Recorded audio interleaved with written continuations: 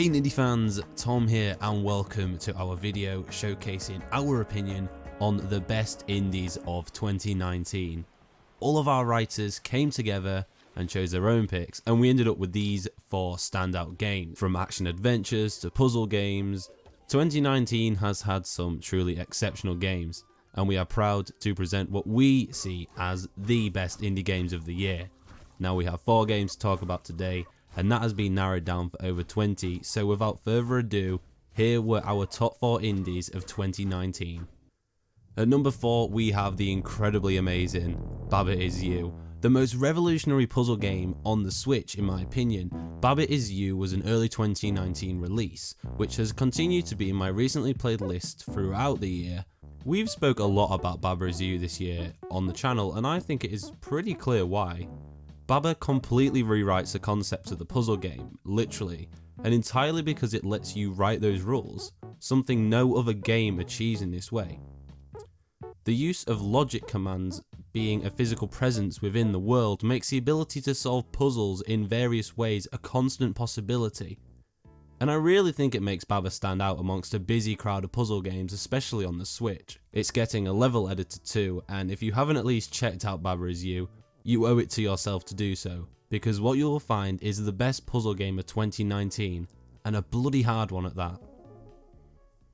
At number 3 on our year list, Blasphemous is one of the best games Team 17 have published on the Switch, and it deserves to be highlighted as one of the exceptional 2019 indie games. On the surface, it doesn't distinct itself much, mainly because of its pixel art style, but diving into this brilliant Metroidvania presents an incredibly well crafted Dark Souls inspired adventure set in a bizarre world jam-packed with religious imagery and gore and so much more.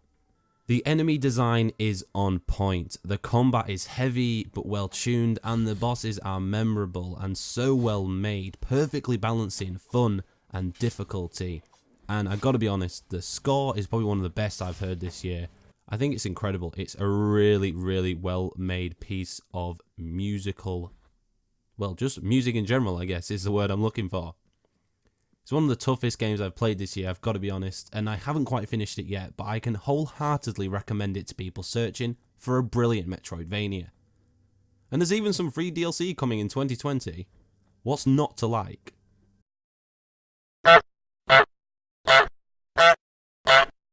Hang on a second. Hey,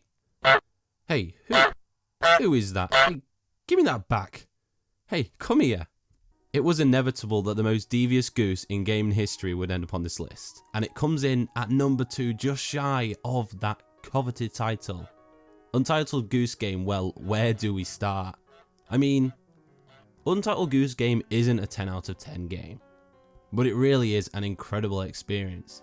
In what other video game can you run around a peaceful English village causing complete chaos as a goose? Gaming has allowed us to be demigods, spies, Navy SEALs, superheroes, but the most powerful I have ever felt was when I was honking away with a rake in my mouth, causing complete chaos. It is a shame it is such a short game, but it doesn't take away the charm the Untitled Goose Game offers, and it makes sense why it ended up number 2 on our 2019 list. It's the reason why we love indie games, and we look forward to seeing what House offer us next. I mean, what annoying water-based pest could we be dealing with next? I guess we'll just have to wait and see. This year, we reviewed over 150 games at Nindie Nexus, and a fair few of those were winners of our Golden Heart. But only one can be the Indie of the Year, and follow in the footsteps of our 2018 winner, that being Celeste. Well, without further ado, the 2019 Nindie Nexus Indie of the Year, nominated ahead of 19 other brilliant games, is Katana Zero. Insert generic applause. Over the top action is the name of the game in Katana Zero, with a healthy dollop of story and a classy visual design. The pace is electric to the point that you'll struggle to lie back and relax during the entire experience, and there's no filler content at all.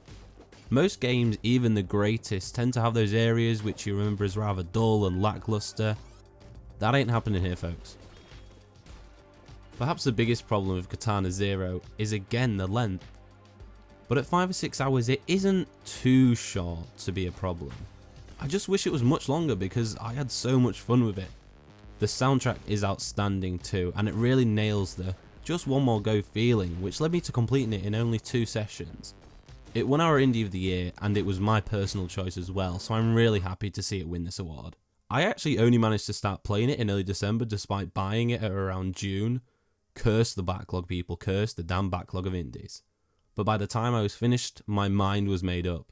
Katana Zero is a modern indie classic and should be an essential title in your Switch library, if it isn't already. You haven't got it yet? Pause the video, we'll wait, and you can come back and see us wrap things up, but I expect that thing to be on your Switch. It's not there yet. Okay, yes, there we go, boom. Anyway guys, Katana Zero is now on your Switch, and so should the 3 other games we've discussed today, as well as so many more. 2019 was another outstanding year for indie games on the Switch, and we are so excited to see what 2020 offers. There are going to be some surprises, there's going to be some amazing releases, and there's going to be some golden hearts. Anyway guys, thank you so much for checking out this first video of 2020. We look forward to bringing you loads of great content on the channel. My name is Tom, thank you so much for checking out our list. Peace out.